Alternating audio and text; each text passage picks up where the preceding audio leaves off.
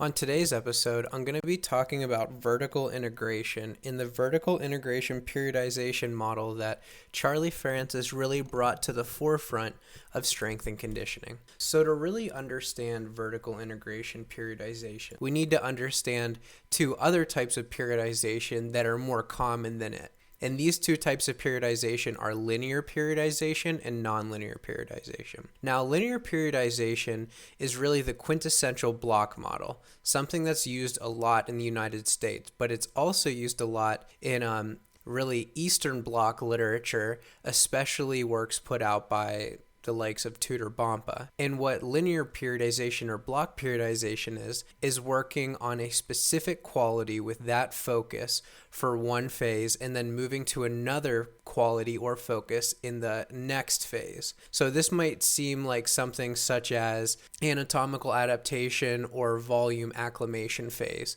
for 4 to 8 weeks. Then from there, what you're going to go to is strength work for 4 to 8 weeks. So I'm building hypertrophy and the ability to withstand training and work capacity. And then I'm moving into more intramuscular coordination or neurological factors. Then from that phase, once I do 4 to 8 weeks there or realize the athlete's ready to move on, I'm going to be doing power work. And this is going to be trying to increase my force output at a high rate and increase my power production. Now, contrasting that is going to be nonlinear periodization. And what nonlinear periodization is instead of going from block to block and not doing one quality at the same time as another, what you're going to be doing is working all qualities at the same time. Some will look at this where it's a conjugate model. The West Side Barbell is made popular, where Louis Simmons is going to work his absolute strength or maximum effort method on certain days, and then 72 hours later, he's going to be doing dynamic effort method. So during the week, he's working multiple qualities. So he's not waiting for one phase to end to add another quality in. Both of these types of programs have situations where they work well in. Linear periodization is something that could work well for, say, Olympic athletes that work in a quadrennial where, they might try to peak each year for a world championship, but also at the same time, every 4 years, they're trying to peak for the Olympics. So it's a system that works well for them. For nonlinear periodization, it works well for a lot of athletes that are multi-sport athletes and need to work all qualities at the same time.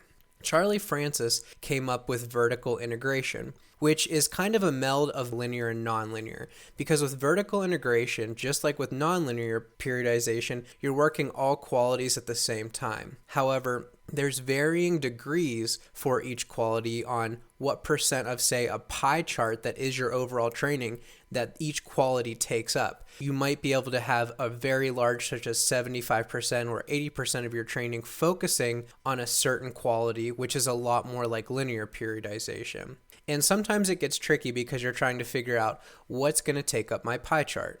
Now, some ideas are by looking at how Charlie Francis set his up. The 6 things that he looked at and different qualities he put into his training were electrical muscle stimulation, strength work, explosive jumps, hops, and skips, speed work, tempo work, and core conditioning work. Now, you can set that up based off of what your athletes individually need in their sport and kind of the individual needs of the athlete that you're putting the program together for. I know for me, I break it up a little bit differently. I make it strength work, where it's just going to be your base strength, trying to get those intramuscular coordination adaptations to occur and those neurological factors. Also, it's going to be power and reactivity, which are going to mainly be based off of either, power with VBT training and certain explosive barbell movements, but also power and reactivity are 2 subsets of types of plyometric or power drills, such as med balls and different jumps and things that I would be doing. And then, a phase where you focus on contraction types such as eccentric and isometric, also a stabilization and a corrective phase,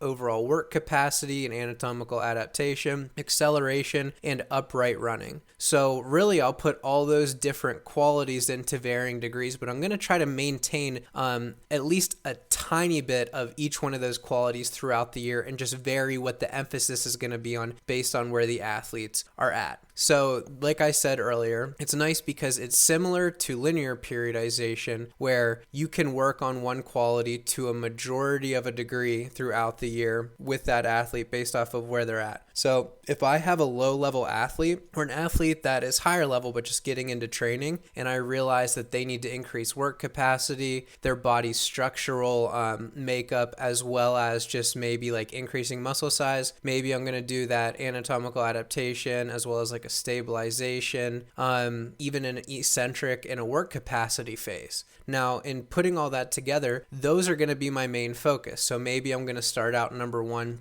I want to increase work capacity. So work capacity is going to get a major part and a major emphasis in the training. And then along with that, I'm also going to put stabilization because I want to increase proprioception there and hypertrophy. So those are going to be my main focus, but I'm still going to keep in power, reactivity, acceleration, upright running, and strength. Now, as we go throughout the year and that athlete has built upon that quality, maybe I cut down his work capacity as well as his stabilization and correctives. And then instead, I'm going to start focusing more on strength and power. Now, those things and those aspects were still in the program the whole time, but now they're just going to get a larger emphasis with that athlete. So it's just a way with the vertical integration model for you to really change the focus of what the athlete is going to be trying to get adaptations for, but you can do it so if you need to, you can easily change it from one focus to another. Now, it's very similar to nonlinear periodization and like daily undulating periodization because you can work all qualities at the same time and you can even make it where they're even distributions throughout. Now, if I were going to do that, I wouldn't do it all in the same session. Now, you can work similar qualities in the same session, such as putting plyometrics or some acceleration work early on in the session itself, and then adding some strength work and then later on maybe some stabilization or correctives. But you don't want to be working too many biomotor abilities or qualities at the same time because sometimes they can detract from one another. So it might be better to do further research into which biomotor abilities really complement one another, doing those in the same session, and then during the week doing different groupings of those qualities or abilities on different days. So you're getting the most out of the training, you're working on all qualities throughout that week, but you're not taking away from the training so it remains optimal.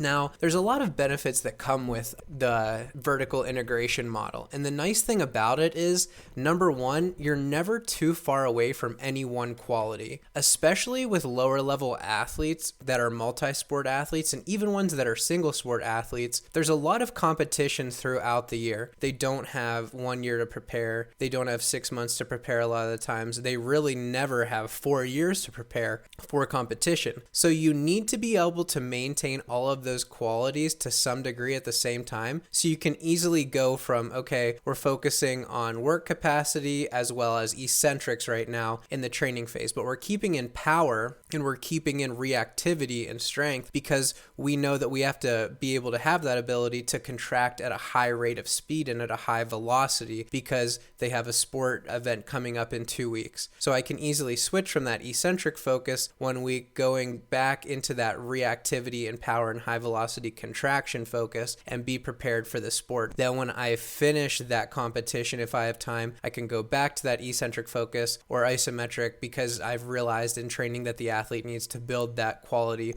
or that capability. Another thing that's really important about it is that vertical integration periodization allows you to maintain training residuals. And what training residuals are is they're the ability to maintain a biomotor ability or quality for a certain period of time without it dropping off. So there's really lifespans or half-lives for training where you don't have to hit that quality for a certain period of time or to a certain extent, and then it begins to drop off. So for example, strength is 30 days plus or minus 5. That means if you don't hit strength work within 25 to 35 days, you're going to start to see a decrease in the overall output. And there is literature out there on percentages of drop-off that occur. Also, for another example why it's so important, if you take into account speed is 5 days plus or minus 3 for the drop-off. What that means is you have 2 to 8 days where you need to be hitting speed work, or you're going to start to see somewhat of a significant drop-off in your athlete's ability to sprint and produce contraction rates at a high speed of contraction. Now, speed itself doesn't mean speed of contraction. It means actual running speed, but that also requires high rates of contraction speed as well as different elements elements such as pre-tensioning, co-contraction around certain areas of the body, and muscular and tendon abilities to react and be elastic. Now, what I think is a really important part of the vertical integration model and one of the best benefits is that it can easily be adapted for off-season to in-season. So if in your off-season program, really with your athletes early on, once the season ends, you want to work on work capacity again and stabilization and then build into strength, you can do those things. So like I said, that's where it becomes more like a linear model where you're really focusing on those main blocks. Then you cut down the ratio or the percentage of the chart or your pie chart that those two qualities make up, and then you're going to go into strength and power. And then maybe those two qualities make up 50 to 75% of the chart. And then as you're getting closer to the season, when you're in the off season, now power and your different sprinting maneuvers and your reactivity make up 50 to 75%. Strength goes back a little bit, as well as work capacity. Then when you get in season, maybe it becomes a little bit more non-linear, where you're working kind of every quality together to a lesser extent, but just focusing on less overall volume, or you just continue to work on those sprinting drills, the acceleration or top end, and your reactivity and your power work. So it's really easy to switch and maneuver from off season to in season, and making it more, linear in one time of the year and more non-linear in another time of the year. And I think what is another important quality, and the last one that I'm going to go over, is you're not missing out on important qualities with low-level athletes that have low training ages or just getting into sport. Because I think all too often we think that these athletes can't handle power exercises or reactivity drills, or they can't handle strength work. They just have to increase muscular size and work capacity, and that's all that they're ready for. They need that big anatomical adaptation phase. But those athletes still need to be working on those other qualities. Their sports themselves could have anywhere from 3 to 5 times their body weight going through a single joint, and there's large amounts of force that need to be produced. You need to be able to increase isometric strength, eccentric strength. You need to increase tendon elasticity, all these different portions of what makes up a good athlete. But if you're going to say, oh, we're working a linear model where we're only going to work these base qualities and not the other, you're actually detracting from the athlete. Instead, what you could do is do vertical integration, do the same thing where you're focusing on that base model that's just an anatomical adaptation phase for 75% of the training, and the other 25% works on power, reactivity, and strength. So when they get to those phases, they already kind of have a base built there that you can further build upon. And then they're not missing anything in their training. A key example of this is I was at a school before where we did Olympic lifting variations, primarily rack cleans and hang cleans. And they're great exercises and they were great to utilize at the time. Only for certain athletes that we had coming in, we said, no, you're only doing hypertrophy work right now. You're not even doing strength. You're not doing any Olympic lifts until you get into a power phase. Well, then when we got into the power phase with the athlete, they had no concept of what an Olympic lift was or even power production in general. So it took 2 to 3 weeks to get them even acclimated to it and to even get prepared. Whereas even if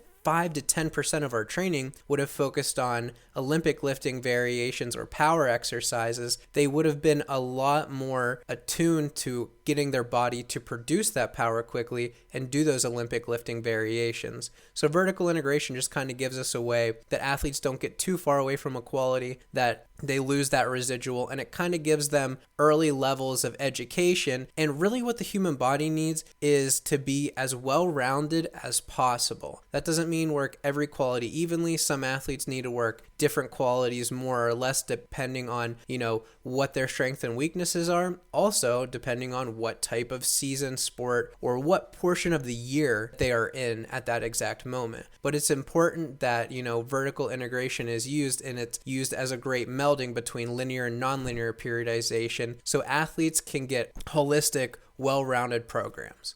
I really hope that this information helped you. If you want to learn more about vertical integration periodization, just look up any of the content that Charlie Francis put out. He has a couple books that he had put out in the past. Also, you can just Google Charlie Francis periodization or Charlie Francis vertical integration. There's a lot of great articles out on that, as well as different podcasts that are put out on his system. And also, if you just want to reach out to me or DM me, and I could try to give you some resources or give you more information on kind of how I would set up a vertical integration model, you can always just DM me at Altruistic Performance on Instagram. Thanks for taking the time to listen to the podcast, and have a great day.